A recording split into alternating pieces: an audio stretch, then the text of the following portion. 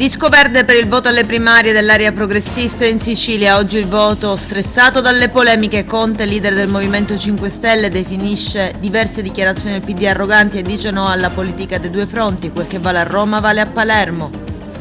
A Linosa nascono 50 tartarughe. Goletta Verde svela la mappa delle coste inquinate in Sicilia. Ad Eraclea sport acquatici e sensibilizzazione all'ambiente, diverse le attività di Mare Vivo. I contagi continuano a diminuire, stabili ricoveri in terapia intensiva. Inaugurata la settimana della cultura a Cammarata, a Favara prima edizione del premio Donne Coraggio, oggi a Messina il Pride dello Stretto.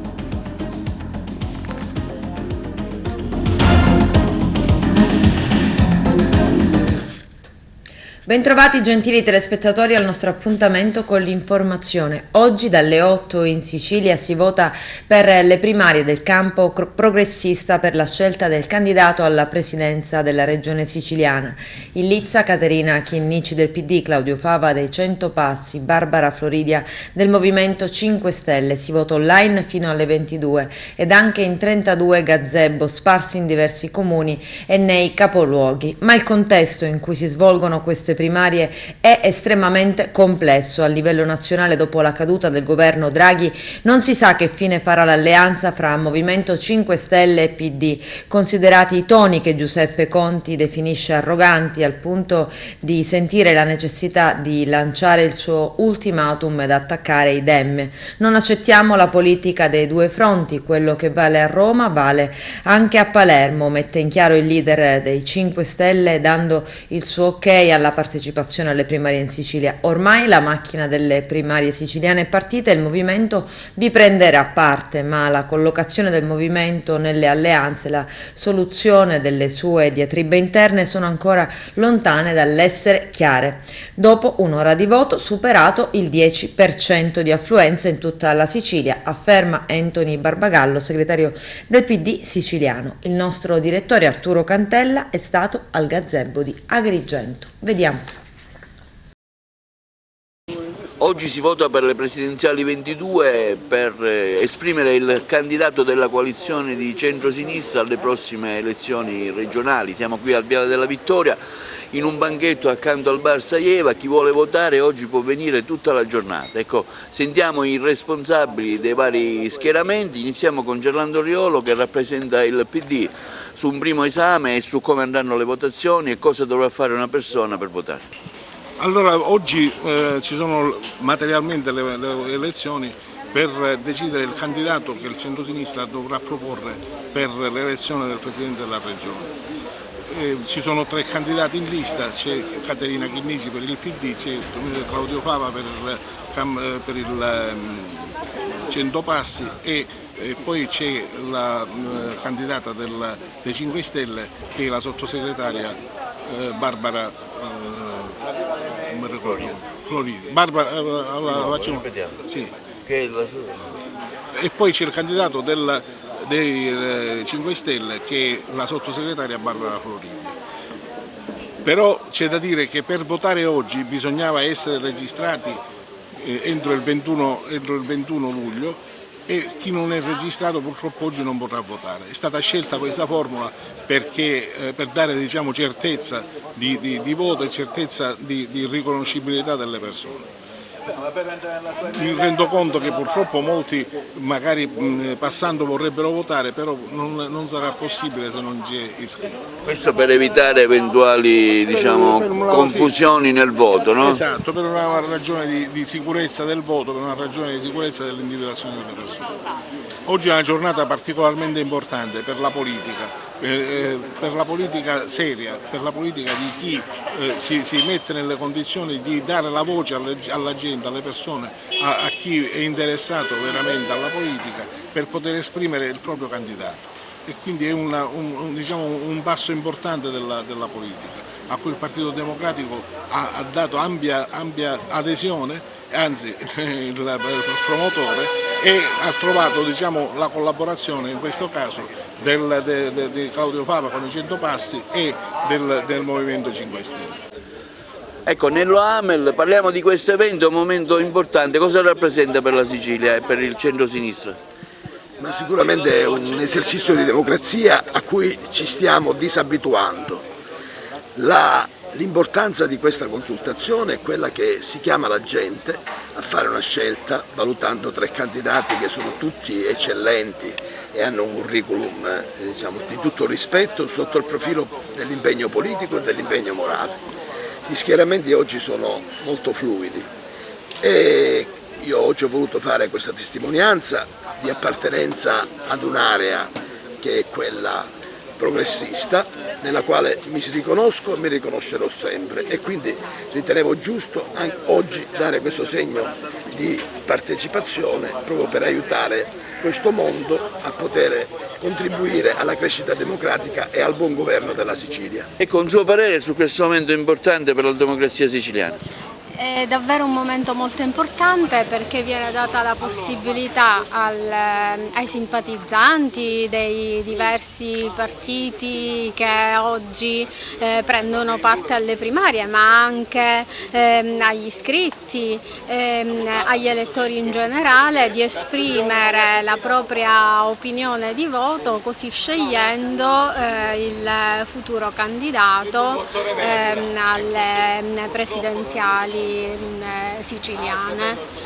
Pertanto esorto quanti sono interessati a dire la propria opinione a raggiungerci qui al gazebo in modo tale da poter votare. Quanto è importante questo voto per la democrazia siciliana e per la scelta del candidato? Io credo che sia importantissimo già il fatto di averle organizzate queste primarie. È uno strumento democratico, siamo arrivati a 42.000 registrazioni e già rispetto alle previsioni dei 30.000 già è un grande risultato. Ci aspettiamo fino alle 10 che la gente possa votare, perché anche da questo punto di vista, sì, alle 10 di questa sera, perché oltre alla registrazione il sistema praticamente, il sistema che è stato adottato, che è il sistema online, a volte può anche dare delle piccole preoccupazioni. Noi ci auguriamo praticamente che entro stasera tutte le 42.000 registrazioni vengono per così dire soddisfatte. Quindi già un dato positivo che lei da buon analista politico emerge è che già c'è stato un aumento di iscritti a votare. Rispetto alle previsioni si pensava di coinvolgere almeno un 30.000 registrazioni, siamo arrivati a 42.000, è già un ottimo risultato. Da tempo negli uffici postali della nostra provincia è visibile un fenomeno: code infinite di cittadini, tra cui molti pensionati, in attesa davanti l'ingresso, spesso sotto il sole estivo cocente, mentre i pochi lavoratori impegnati devono fare sforzi enormi, viste le inevitabili tensioni che si creano per cercare di svolgere decentemente il servizio. L'arrivo della stagione estiva acuisce questa situazione già di per sé problematica. A denunciare lo stato di crisi delle poste in provincia sono i dirigenti sindacali della CGIL Agrigentina Alfonso Buscemi e Franco Gangemi, i quali continuano con la denuncia ricordando che i lavoratori disponibili diminuiscono a causa delle ferie estive che giustamente devono godere, e quindi si allungano le file e i tempi di attesa degli utenti. Si hanno notizie che a Canicattì per pagare una bolletta bisogna aspettare anche 2 ore. C'è evidentemente un problema che riguarda l'amministrazione delle poste. Le piante organiche sono sottodimensionate rispetto al fabbisogno e quindi non in grado di rispondere alle richieste degli utenti. I rappresentanti sindacali annunciano di aver chiesto un incontro con la direzione provinciale delle poste italiane. Ad Eraclea Amino, a sensibilizzazione ambientale e sport acquatici, diverse le attività organizzate da Mare Vivo per turisti e bambini. Ce le raccontano il presidente di Mare Vivo Sicilia Fabio Galluzzo e l'educatore ambientale Stefano Siracusi. Vediamo.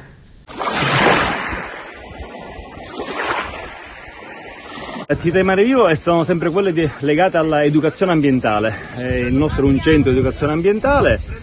Come ogni estate coniughiamo lo sport con l'ambiente. facendo escursioni in canoa, quest'anno anche in SUP. Siamo noi al centro tra due riserve naturali bellissime, Torre Salsa e la Foce del Platani, e invitiamo i turisti a fare questa bellissima esperienza. Ricordiamo che ci troviamo in una ZPS, una zona di protezione speciale, al centro, ripetiamo, tra due riserve naturali, e gli strumenti sportivi, se così vogliamo chiamarli, dalle mountain bike che ci permettono di visitare la costa lungo la terra, piuttosto che canoe e SUP che ci permettono di visitare la costa via mare, sono degli strumenti importanti sia per bambini sia per adulti, per apprezzare ancora di più il nostro territorio. Mare Vivo negli ultimi anni ha organizzato il Marine Liter Art, che è un concorso rivolto ad artisti che negli anni hanno realizzato queste opere, molte delle quali le vedete in giro qua per l'Oasi e che si sono realizzate appunto negli anni che vanno dal 2017-18 fino allo scorso anno. Giorno 7 agosto, in collaborazione con il FLAG di Sciacca, Il Sole e l'Azzurro, si organizzerà un concerto con Alessandra Salerno, un bellissimo concerto, e per questo invitiamo i residenti, insomma il Cattolico. Anche se il progetto Alicos è terminato lo scorso autunno, noi stiamo proseguendo con il mantenimento della barriera blocca plastica alla foce del fiume Platani, e quindi continua anche l'opera di prelevamento dei rifiuti bloccati dalla barriera.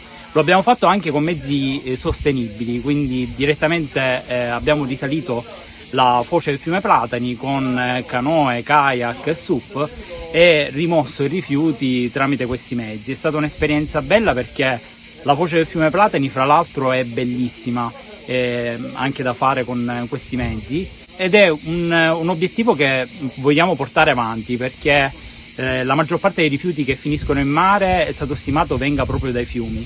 E grazie alla legge Salvamare che entrerà in vigore a breve, questi sistemi di bloccaggio dei rifiuti saranno incentivati, quindi si spera che queste barriere blocca plastica siano installate su più fiumi possibile. Quello che si sta riversando in mare è soprattutto plastica.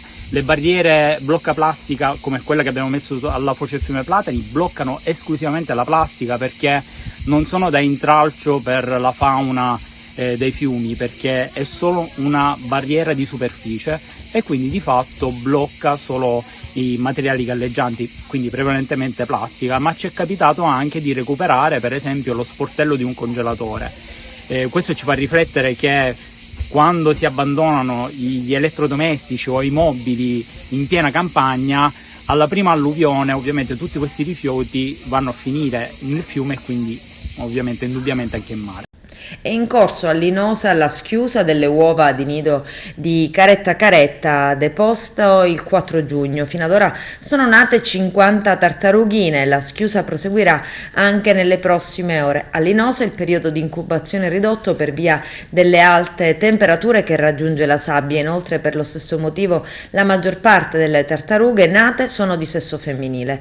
Le operazioni di monitoraggio del sito di ovodeposizione sono gestite dal personale dell'area marina protetta.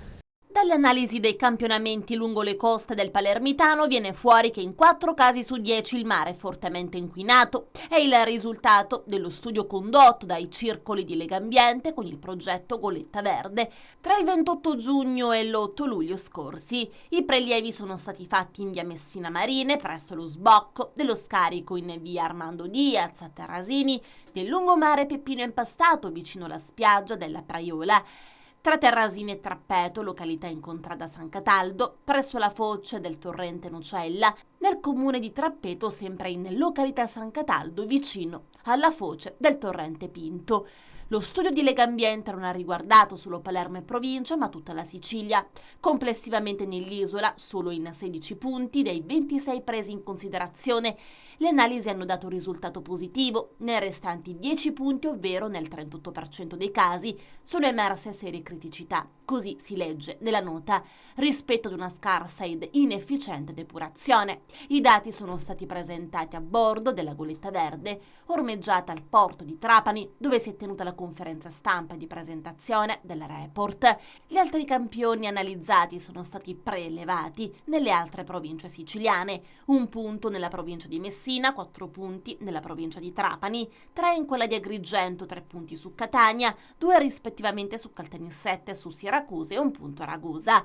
Scendendo ancora nel dettaglio dell'attività svolta, secondo un programma scientifico consolidato negli ultimi 10 anni di attività, specifichiamo che, fanno sapere dal Legambiente, 9 punti sono stati campionati presso le foci di fiumi e punti critici della costa, mentre i restanti 17 sono stati campionati in mare. Anche quest'anno, afferma Giuseppe Alfieri dell'ufficio di presidenza di Legambiente Sicilia, Goletta Verde ci mostra un quadro critico in molti tratti di costa, soprattutto in prossimità delle foci di alcuni fiumi e torrenti, come riporta ad esempio il monitoraggio alla foce del torrente Nocello, quello alla foce del fiume Palma a Palma di Montichiaro. Come sempre il tema principale è quello della mancata o della inefficiente depurazione delle acque reflue in molti comuni costieri siciliani o in quei comuni che, pur non essendo sulla costa, si trovano a ridosso dei torrenti che poi impattano direttamente a mare.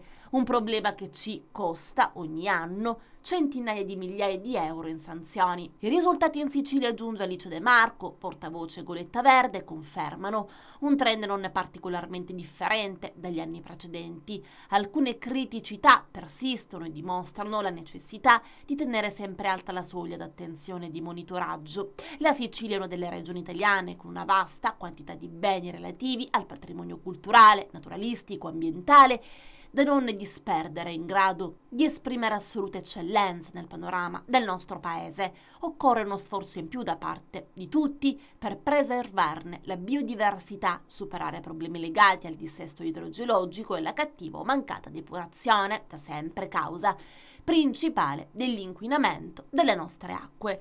Il CONOU, il Consorzio Nazionale Oli Usati, rinnova ancora la sua storica partnership per la campagna estiva di Legambiente. Da 39 anni il consorzio, si legge nella nota, è protagonista dell'economia circolare italiana, assicurando la raccolta e l'avvio a rigenerazione degli oli lubrificanti usati in tutto il paese. Grazie alla filiera del consorzio, questo rifiuto si trasforma in una preziosa risorsa, tornando a nuova vita, afferma Maurizio Arcidiacono, uno dei responsabili del consorzio. I prelievi di Goletta Verde vengono eseguiti da tecnici volontarie di Legambiente. L'ufficio scientifico dell'associazione si è occupato della loro formazione e del loro coordinamento, individuando i laboratori sul territorio. I campioni per le analisi microbiologiche sono prelevati in barattoli del tutto sterili e conservati in frigorifero fino al momento dell'analisi. I parametri indagati sono microbiologici, enterococchi intestinali e Escherichia coli. Il numero dei campionamenti effettuati viene definito in proporzione ai chilometri di costa di ogni regione. Covid, report settimanale del commissario dell'ASP di Agrigento, Mario Zappia. Numeri ancora importanti, ma fase critica sembra essere passata. Vediamo. Situazione epidemiologica nella provincia di Agrigento al 22 luglio. Allora, se vi ricordate avevamo detto qualche mesetto fa, un mesetto e mezzo fa, che alla fine di luglio avremmo avuto il plateau. Non è dimostrazione qualcosa di aver ragione, è dimostrazione che chi fa questi studi di epidemiologia o di statistica applicata alla medicina e alla ricerca sa il suo mestiere, e quindi in Italia ci stiamo rendendo conto che siamo in una fase di plateau. Cioè il plateau significa che siamo in una fase in cui non si cresce più, ma siamo ridotti a una questione di numeri importanti ma giornalieri che non continua a crescere. Questo però non significa, abbiamo anche imparato nel corso di questi 2 anni, che non ci può essere un disallineamento fra questi numeri che vi diciamo, che sono stabili, e il numero di ricoveri, perché ci sono 15 giorni di differenza, 10-15 giorni, fra quello che succede nelle infezioni e quello che succede nei ricoveri, e l'ultimo che va a scendere sono i morti. Quindi abbiamo imparato queste cose. E il quadro è quello attuale. Noi abbiamo numeri importanti che però non crescono più, abbiamo 800, abbiamo 1000, abbiamo 600, abbiamo questi numeri giornalieri, però vediamo che i ricoveri abbiamo avuto un periodo brutto, che è quello della settimana scorsa, che ci ha portato ad avere anche 7-8 pazienti in terapia intensiva. A Ribera significa abbiamo riempito il riparto, e questo guardate che ha comportato sull'ospedale riunito Sciacca e Ribera delle difficoltà, perché gli anestesisti sono stati impegnati nell'assistenza ai nostri pazienti all'hospital Covid di Ribera. Quindi abbiamo avuto quasi il pieno di terapia intensiva, oggi ne abbiamo 3 in meno, quindi per fortuna siamo tornati a 4. Ne abbiamo 2 in meno in medicina Covid, ma abbiamo sempre 2 ale sempre piene, e abbiamo avuto l'alert per aprire la terza ala. Quindi abbiamo avuto una situazione questa settimana abbastanza difficile da gestire. Questo cosa ha portato? Ha portato a difficoltà nell'assistenza, mancanza di anestesisti, nell'assistenza degli ospedali riunito di Sciacca e Ribera, ed è successo a inizio di questa settimana che abbiamo avuto 4 anestesisti con il Covid. Abbiamo detto che può succedere che ognuno di noi lo prende, purtroppo ci siamo passati un po' tutti, anche gli anestesisti possono prenderlo, e quindi questa ulteriore mancanza di 4 anestesisti agli ospedali riuniti di Sciacca e Ribera ha comportato, per forza di cose, la sospensione temporanea di alcuni ricoveri in lezione, che è quello che si fa in tutta Italia, o direi in tutto il mondo, perché quando i nostri operatori sono assorbiti al Covid e quando succedono i fatti straordinari, ovviamente succede questo. Qualcuno ha gridato sempre allarme, allarme, al lupo, per fare risaltare, non so per quale gusto, martellarsi i propri piedi per allarmare il proprio ospedale. Non è questo il punto. Noi continuiamo a sforzarci di garantire la routine, ma se succedono dei fatti eccezionali non abbiamo scelta, dobbiamo curare i malati. I malati sono le urgenze e il Covid in questo momento. Cercheremo di ripristinare al più presto delle cose così come vanno fatte. Altre buone notizie arrivano dai tamponi, che non sono più al 50-55 come abbiamo visto, ma sono scesi al di sotto del 40, 39-65. Qualche altra notizia importante, che i numeri di vaccinazione sono 2280, e quindi stiamo parlando di quarte dosi, per cui anche Agrigento sta rispondendo a questo. Quindi direi che la situazione del Covid nella nostra provincia è sempre da attenzionare, ma speriamo che questa fase di plateau e di eventuale decrescita possa continuare e vederci almeno per agosto respirare un po', anche perché i nostri operatori dovrebbero andare in ferie. Concludo con qualche informazione su qualcosa che è successo. Ogni tanto succedono anche cose positive, e noi abbiamo fatto i complimenti agli operatori sanitari, perché è morto un bambino di 6 mesi e mezzo, quindi capite il dramma dei genitori, però i genitori, nonostante questa condizione di dolore sarà inimmaginabile, hanno sentito il bisogno di esprimere un sentito ringraziamento al nostro personale per il modo come ha curato, oltre che per le cure, per quello che hanno potuto fare, ma anche per il modo. Ovviamente noi ci associamo ai genitori e ringraziamo la famiglia per la sensibilità, unendoci al dolore per la perdita, però hanno fatto un gesto straordinario, cioè al di fuori dell'ordinario. Qualcos'altro di buono che è successo, ma verrà enfatizzato nel futuro, non appena arriverà il decreto ministeriale. La nostra ASP con i suoi veterinari, sono la metà di quelli che dovrebbero essere, quindi il merito è doppio, sono riusciti a eradicare la brucellosi bovina nella nostra provincia, per cui Agrigento diventa la prima provincia a essere brucellosi free rispetto alle province della Sicilia. Siamo la prima in Italia. Arriverà il decreto e poi troveremo il modo per ringraziare compiutamente i nostri veterinari, perché devo dire fanno un lavoro egregio, e quindi complimenti a loro. Appuntamento alla settimana prossima. Ambulanze senza medico a bordo. Dopo la morte a Capo d'Orlando di un infartuato, si riaccendono i riflettori sui mezzi del 118 non medicalizzati. I dettagli nel servizio. Le ambulanze con il medico a bordo, insieme all'incremento degli organici nei pronto soccorso, devono rappresentare una priorità per la sanità siciliana. Si dovrebbero coinvolgere i sanitari che sono stati impiegati durante l'emergenza pandemica nelle USCA e negli hub vaccinali, e dietro la corresponsione di un'adeguata indennità coprire i posti delle ambulanze senza medico e dei pronto soccorso che registrano carenze d'organico. Con queste parole il deputato regionale Giuseppe Laccoto torna su un argomento già affrontato in precedenza e oggetto di una interrogazione parlamentare presentata nel mese di giugno. La recente raccolta firme è un'iniziativa lodevole, prosegue l'onorevole Laccoto. La mobilitazione popolare è un modo efficace per dare forza alle istanze dei territori che chiedono di rafforzare la medicina d'urgenza e di emergenza. Tra l'altro, la particolare conformazione geografica del comprensorio tirrenico-nebroideo e dell'intera provincia di Messina dovrebbe indurre scelte mirate per garantire soccorsi efficienti. Sono più volte intervenuto per evidenziare le gravi carenze d'organico nei pronto soccorso dell'ospedale di Patti, Milazzo, Barcellona Pozzo di Gotto e Sant'Agata Militello. Bisogna individuare rimedi anche sotto forma di incentivi economici per tutelare il sacrosanto diritto alla salute. Sorpreso il giorno del suo compleanno in un'abitazione lungo Viale delle Dune a San Leone, frazione balneare di Agrigento, trasformata in una centrale di smistaggio di droga. I poliziotti della questura di Agrigento, coordinati dalla procura guidata dal facente funzioni Salvatore Vella, hanno arrestato un 35enne agrigentino per il reato di detenzione ai fini di spaccio di sostanze stupefacenti. Gli agenti, a margine di una perquisizione domiciliare, hanno trovato 100 grammi di cocaina, sostanza da taglio, bilancini di precisione e altri 127 grammi di hashish. Su disposizione del sostituto procuratore di turno, il titolare del fascicolo d'inchiesta, il giovane è stato posto ai domiciliari, ma le indagini continuano per risalire ai fornitori. A Favara, prima edizione dell'iniziativa, il CIF premia le donne coraggio. Vediamo.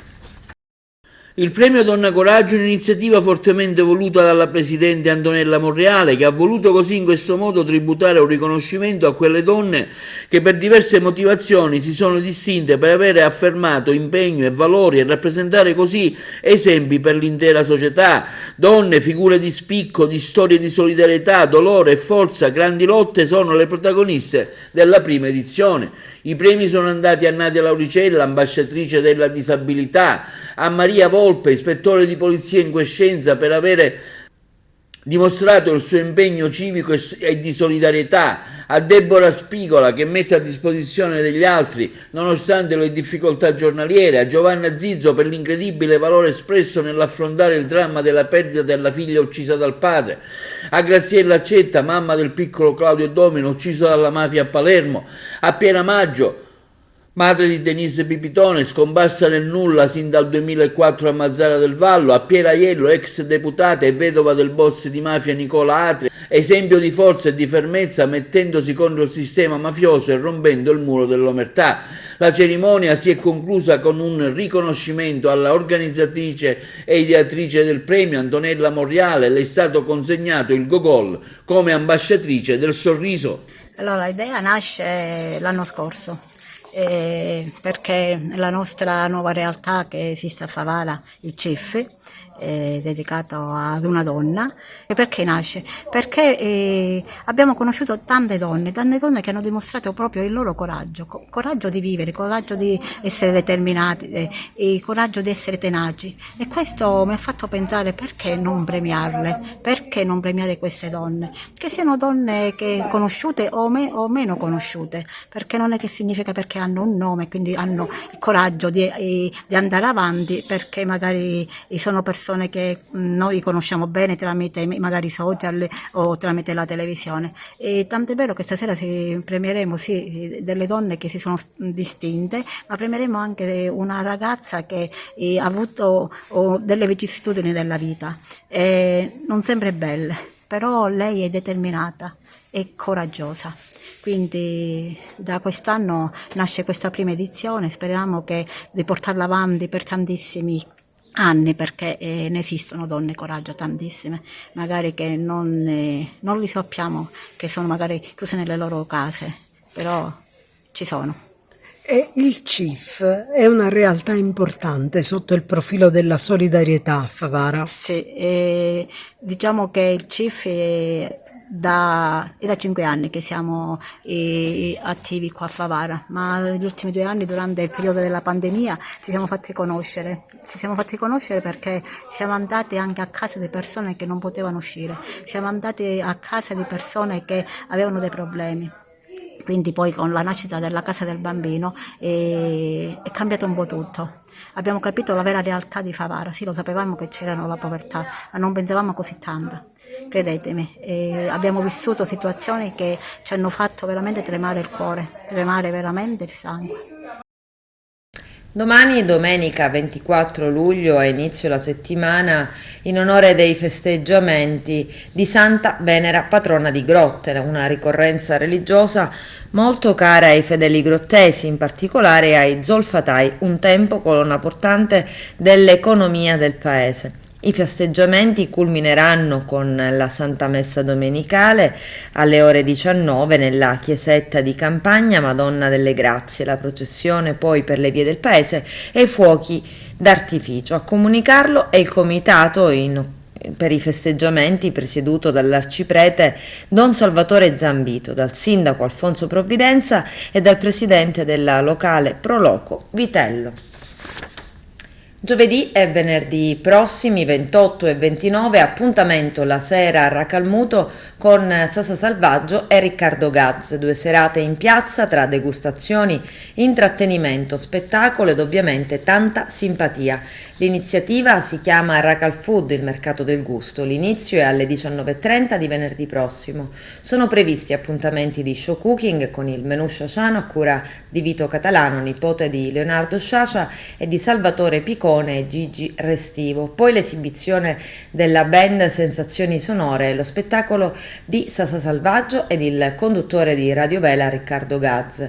Alla fine DJ set conclusivo. Il giorno dopo, sabato 29 alle 19, la riapertura dell'Expo Village, alle 20 il laboratorio per bambini, poi la consegna del premio Racal Food Leonardo Sciascia allo scrittore Gaetano Savatteri, dai cui racconti sono stati tratti gli episodi della fiction Rai Macari. Ed ancora alle 21 allo Street Food e Beverage con Massino Zoom, alle 21:30 lo spettacolo del TikToker Saverio Riccelli, divenuto celebre per i suoi video social in cui dialoga con la sua capra, presentato da Riccardo Gaz. La manifestazione si concluderà con un DJ set e l'estrazione di una crociera MSC. Sarà presentata in conferenza stampa lunedì 25 luglio alle ore 11 presso il giardino della Farm Cultural Park di Favara la 4ª edizione della Festa delle Eccellenze Italiane in Europa, che si svolgerà il 4, 5, 8 agosto con molti momenti, degustazioni di prodotti tipici, musica e rassegna letteraria.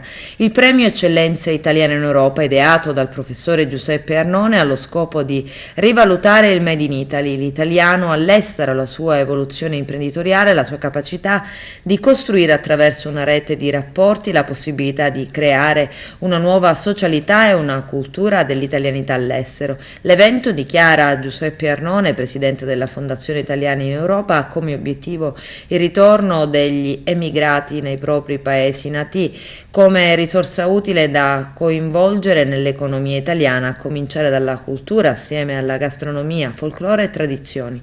Durante la conferenza stampa verranno resi noti i nomi delle personalità che si sono distinte durante l'anno all'estero nell'ambito culturale, artistico, musicale e imprenditoriale. Ad ognuno di loro verrà consegnata la targa Premio Eccellenza Italiana. Adesso c'è la pubblicità, a tra poco vi aspetto. Oggi a Messina il Pride dello Stretto, c'è il servizio. Tutto pronto per la seconda edizione dello Stretto Pride di Messina. Oggi pomeriggio le vie del centro saranno attraversate da un corteo di colori e valori. L'evento partirà alle ore 16:30 da Piazza Antonello con lo slogan Un mare di pace e intende veicolare sia un momento di sensibilizzazione e di riflessione per la pace nel mondo, che ribadisce il rispetto delle diversità e del contrasto ad ogni forma di odio e di violenza. L'assessore alle pari opportunità Liana Cannata ha spiegato il motivo per il quale l'amministrazione comunale ha dato il suo patrocinio al Pride dello Stretto. Siamo ancora distanti, lo dobbiamo ammettere, da quello che è la normalità, perché ancora ci sono troppi discriminazioni, stereotipi da superare. Infatti questo è solo il primo passo per quello che sarà un lungo percorso che auspico insieme a tutte le associazioni interessate per poter realizzare tanti progetti insieme. Il Comune intanto può stare a fianco a tutte le associazioni che si impegnano sul territorio giorno dopo giorno e che quindi vivono da anni quelle che sono le realtà e le problematiche che interessano appunto tutto questo mondo, e quindi stando accanto, dando supporto, si potrebbero raggiungere grandi e importanti risultati. C'è la necessità di combattere le discriminazioni, non soltanto quelle dell'orientamento sessuale, ma ogni forma di discriminazione che purtroppo ancora oggi è presente nei luoghi di lavoro, è presente nella scuola, è presente anche nella politica, perché talvolta da certi toni vediamo come il bene comune, il rispetto dell'altro sia molto lontano. Sì, esatto, a quest'ora non si parlerebbe ancora oggi di pari opportunità. Il fatto che esistano comunque queste deleghe piuttosto che queste materie sono etichette che non sono prive di contenuto, perché l'espressione stessa implica il fatto che c'è qualcosa da risolvere. C'è stata un'organizzazione molto impegnativa rispetto a quello che si pensava, perché abbiamo cercato di recuperare anche questi anni in cui non si è potuti scendere in piazza causa Covid. Abbiamo riscontrato un grande consenso nella città per quanto riguarda il Pride, a parte quei pochi leoni da tastiera che hanno fatto degli attacchi strumentali, li chiamerei, ma che non ci intaccano completamente, perché la lotta per i diritti non può essere fermata da un piccolo venticello che non influisce completamente sul nostro lavoro. Abbiamo avuto i patrocini che sono stati firmati dal commissario, sia per quanto riguarda il Comune che per la città metropolitana, e insediatasi questa amministrazione con l'assessore Cannata abbiamo avuto una collaborazione reale.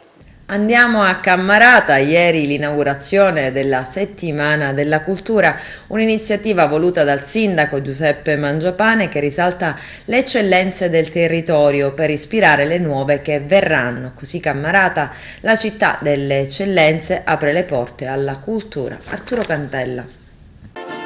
Al via a Cammarata la Settimana della Cultura, una manifestazione ricca di eventi culturali organizzata dal Comune e dalla Prologo di Cammarata, che ha visto la partecipazione di artisti provenienti da diverse nazioni estere. Ieri sera è stata la volta dei rappresentanti del Messico e della Spagna. La cerimonia si è snodata tra le vie caratteristiche del piccolo comune di Cammarata, la chiesa Badia, la biblioteca, piazza Camilleri, Palazzo Traina e la Torre del Castello. Diversi gli eventi in programma: la personale di pittura Filo Rosso con Claudia Clemente, la collettiva di pittura Talenti in Luce, esposizioni di opere fotografiche, esposizione artistica Contatto, mostra d'arte nazionale, incontro del mondo, un momento musicale con la banda Bellini di Cammarata. L'evento si chiuderà il prossimo 31 luglio e vedrà ogni sera ricchi momenti di cultura, di spettacolo e di arte. Ha aperto la manifestazione dando il saluto ai presenti il sindaco di Cammarata Giuseppe Mangiapane. Una settimana ricca di eventi culturali che hanno dato già alla seconda edizione della Settimana della Cultura un respiro internazionale. Abbiamo ospiti di livello internazionale, José Malo, un artista di fama internazionale, artisti che si confronteranno con artisti locali, e quindi uno scambio culturale che è ciò che ha dato ricchezza e bellezza alla nostra Sicilia. L'idea della Settimana della Cultura è proprio questo: mettere a confronto culture diverse. La nostra Sicilia è bella per questo. Le varie dominazioni, le contaminazioni culturali ci hanno lasciato una Sicilia che è unica, rara, una perla a livello mondiale, ed è questa proprio l'idea della Settimana della Cultura: rilanciare questo confronto, questo scambio culturale per promuovere la nostra Cammarata, una cittadina bellissima. Grazie a questi talenti, l'obiettivo è anche quello di promuovere i nostri talenti locali, grazie a loro promuoviamo la nostra bella Cammarata. Quest'anno abbiamo avuto la fortuna anche di questo gemellaggio con Città del Messico, una città di 9 milioni di abitanti che fa un gemellaggio culturale con un paesino di 6.000 abitanti. Secondo me stiamo facendo la storia. della Sicilia, una manifestazione che si proietta per diventare una delle principali manifestazioni a sfondo culturale a livello sicuramente siciliano ma anche a livello internazionale. Soy organizador de arte, comisario de la exposición, me llamo Gorgonio San Juan Castán y provengo de España. La settimana scorsa abbiamo fatto la prima esposizione già durante la pandemia e quest'anno il sindaco ha confiato nella mia possibilità di organizzare una cosa internazionale bella. Abbiamo portato 25 artisti da Messico con 22 taglieri che facciamo durante la settimana culturale e la mia missione è coordinare tutta la gente, l'esposizione di arte e fare che Camarata sia un referente nella Sicilia e nell'organizzazione internazionale di eventi di arte. Cosa faranno questi artisti durante la settimana, non solo, anche gli altri? Aparte, además de la exposición de arte, organizamos degustación de tequila, degustación de productos típicos como guacamole, margarita, murales con técnica antigua, luego explicaciones sobre cómo funciona tradizione messicana come altare de morto, che abbiamo fatto una dimostrazione, e 8 o 9 conferenze sobre la vida y la cultura mexicana, che è molto ricca, variada e molto llamativa, come si può vedere la ragazza con la fiore di Frida Kahlo. Un momento importante, diciamo, affinché ci sia questa commistione tra le due culture, quella siciliana e quella vostra. Sì, además la città ha fatto un vero sforzo per posare tutto bello con la gente, con il costume tradizionale antico. Io penso che è una buona mescolanza di portare gente di tutto il mondo a Camarata perché enriquece a tutto il mondo che facciamo questo lavoro. Veronica Jiménez. Che sono molto contenti e meravigliati dell'accoglienza e dell'ambiente che hanno trovato a Camarata e che anche per loro rappresenta un'esperienza importante essere qua. Cosa si ci aspetta da questa unione tra Camarata e il vostro paese? La Sicilia, insomma, il vostro paese. Sì, culturalmente hablando, credo che... Dice che dal punto di vista culturale sì che ci sono molte cose in comune, però che sicuramente l'incontro produrrà una fratellanza culturale solida da portare avanti. Adolfo Borduin, de México, vengo del Senado, haremos una ceremonia mexicana a los 4 vientos y a los 4 puntos cardinales, ¿no? Cada uno con su significado para el cierre de la semana, de la Sematina Culturale in Italia. Ha detto che alla fine di questa settimana culturale lui offrirà la possibilità di assistere a una cerimonia tradizionale in cui ci sarà un rituale dedicato ai 4 elementi e ai 4 punti cardinali e che rappresenterà per l'appunto il momento di chiusura di tutta la settimana trascorsa assieme. Mi nombre es Beatriz Hidalgo, vengo de San Diego, California, soy mexicana, residiendo en San Diego. Llevo pintando una obra la colección se llama Alma de México.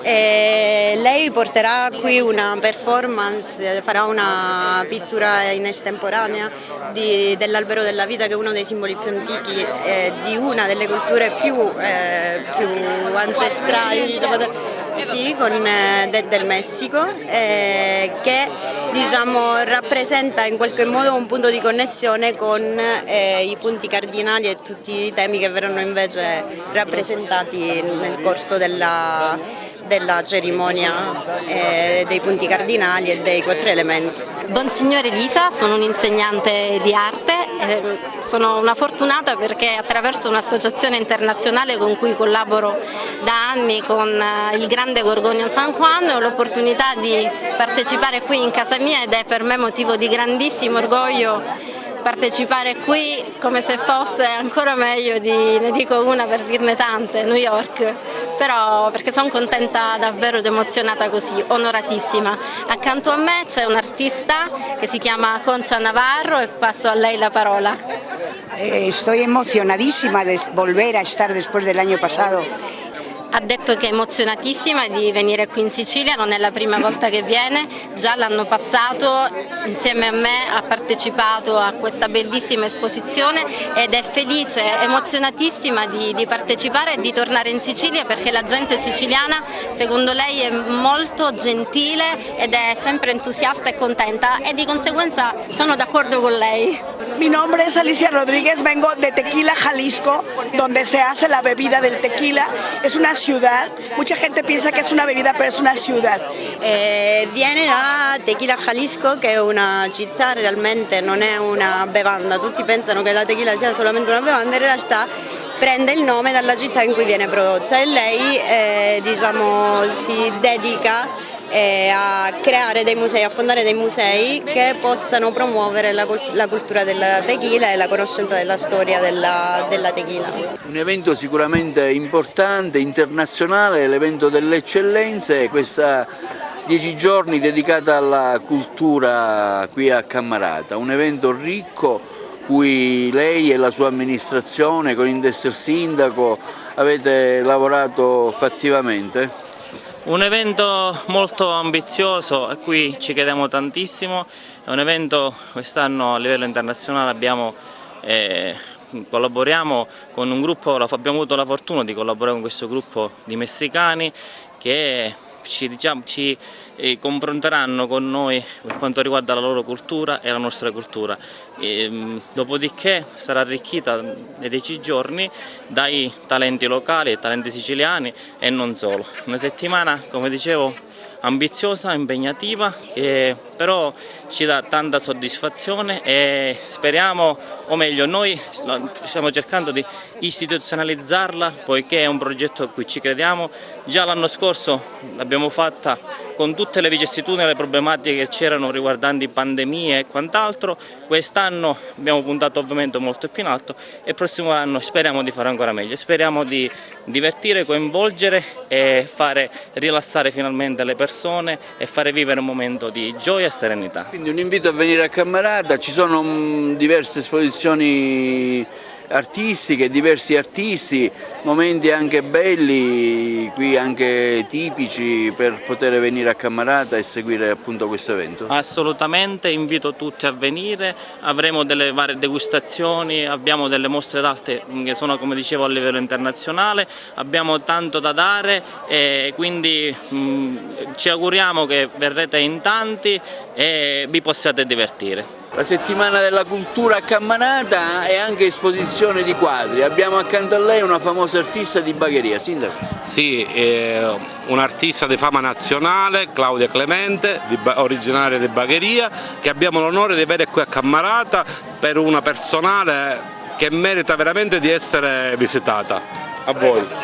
Salve, io sono fiera di essere qui in questa cittadina, di aver portato il mio filo rosso con le mie opere che appunto parlano di questo contatto tra la luce e l'ombra collegata da questo filo rosso che in realtà è il confine ma è anche un orizzonte da raggiungere. Le mie opere sono visitabili, sono visibili, sono 28 opere che raccontano storie di donne, storie di guerrieri e storie di eroi. Oltre a Claudia Clemente abbiamo la fortuna a Cammarata di avere una miriade di artisti locali, emergenti, che hanno l'onore di poter esporre le loro opere accanto ad un'artista ormai riconosciuta, Claudia Clemente. Questo è l'obiettivo della settimana della cultura, questo confronto, questo scambio culturale tra chi già è affermato e chi ha l'esigenza di proporsi, mettersi in mostra, e questo è quello che vogliamo noi fare con la settimana della cultura, proporre i nostri talenti locali. Allora Sindaco, presentiamo l'assessore al bilancio del Comune di Cammarata. Assessore al bilancio ma anche assessore con delega alla cultura, che sicuramente in collaborazione con tutta l'amministrazione, con tutti gli assessori che mi voglio nominare, Aurelio Imbornone, Vincenzo Russotto e Giusy Coniglio. Lui ha la delega e ha coordinato un po' tutto, l'assessore alla cultura Alfonso Di Piazza. Ecco, è stato un lavoro importante, particolare, insomma anche faticoso, però i frutti si raccolgono e lo stiamo vedendo anche dall'intensità di questa serata. Importante sicuramente, faticoso no, perché quando le cose riescono bene la fatica poi va subito via. È importante perché abbiamo aperto le porte al mondo, siamo arrivati oltreoceano portando i messicani qui a Cammarata che già hanno sposato questa settimana della cultura è nato subito uno sposalizio e il prossimo anno porteranno i nostri artisti locali nel Messico in importanti gallerie di livello internazionale e questo è già un primo risultato che abbiamo raccolto nell'investire proprio nella settimana della cultura. Quindi un obiettivo raggiunto, questo interscambio di cultura importante, no? Sicuramente. Nascerà questo gemellaggio sia di tipo economico-commerciale ma soprattutto nelle attività culturali e nelle arti che la compongono. Un impegno importante questo della Prologo che ha coadiuvato anche il Comune nella manifestazione, nell'organizzazione di questa settimana della cultura? Sì, come l'anno scorso praticamente abbiamo debuttato l'anno scorso in collaborazione con il Comune per quanto riguarda la settimana della cultura e quest'anno abbiamo fatto il bis, partendo ancora più carichi dell'anno scorso perché già venivamo dall'esperienza passata. Diciamo che c'è molto entusiasmo, c'è stato molto lavoro da fare, però è stato fatto con parsimonia, è stato fatto con grande entusiasmo da parte di tutti, con l'impegno dell'amministrazione totale. Abbiamo avuto anche la collaborazione dei dipendenti, quelli della biblioteca come Ornella Vicari, come Agostino Tuzzolino e non faccio più altri nomi perché altrimenti offenderei qualcuno. Diciamo che speriamo che vada tutto bene. Incrociamo le dita, domenica prossima tireremo le somme.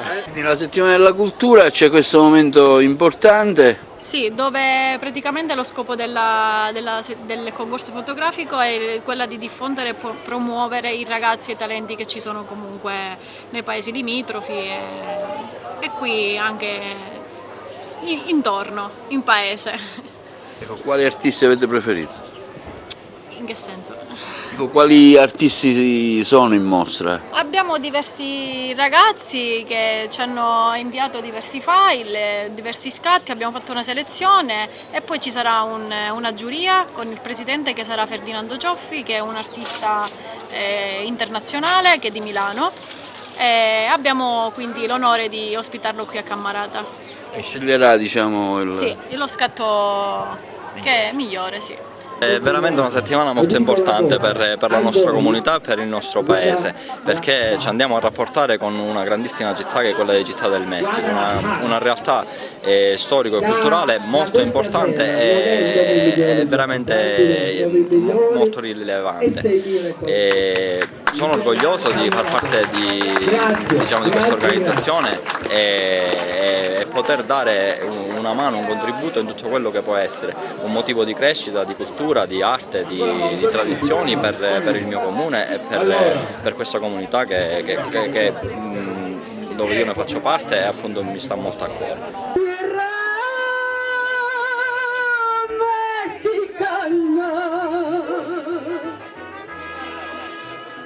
Yo le canto a sus volcanes, a sus praderas y flores, que son como talismanes del amor de mis amores. Con questo è tutto, termina qui l'edizione del telegiornale. Grazie per la gentile attenzione, per essere stati con noi e buon weekend. A presto.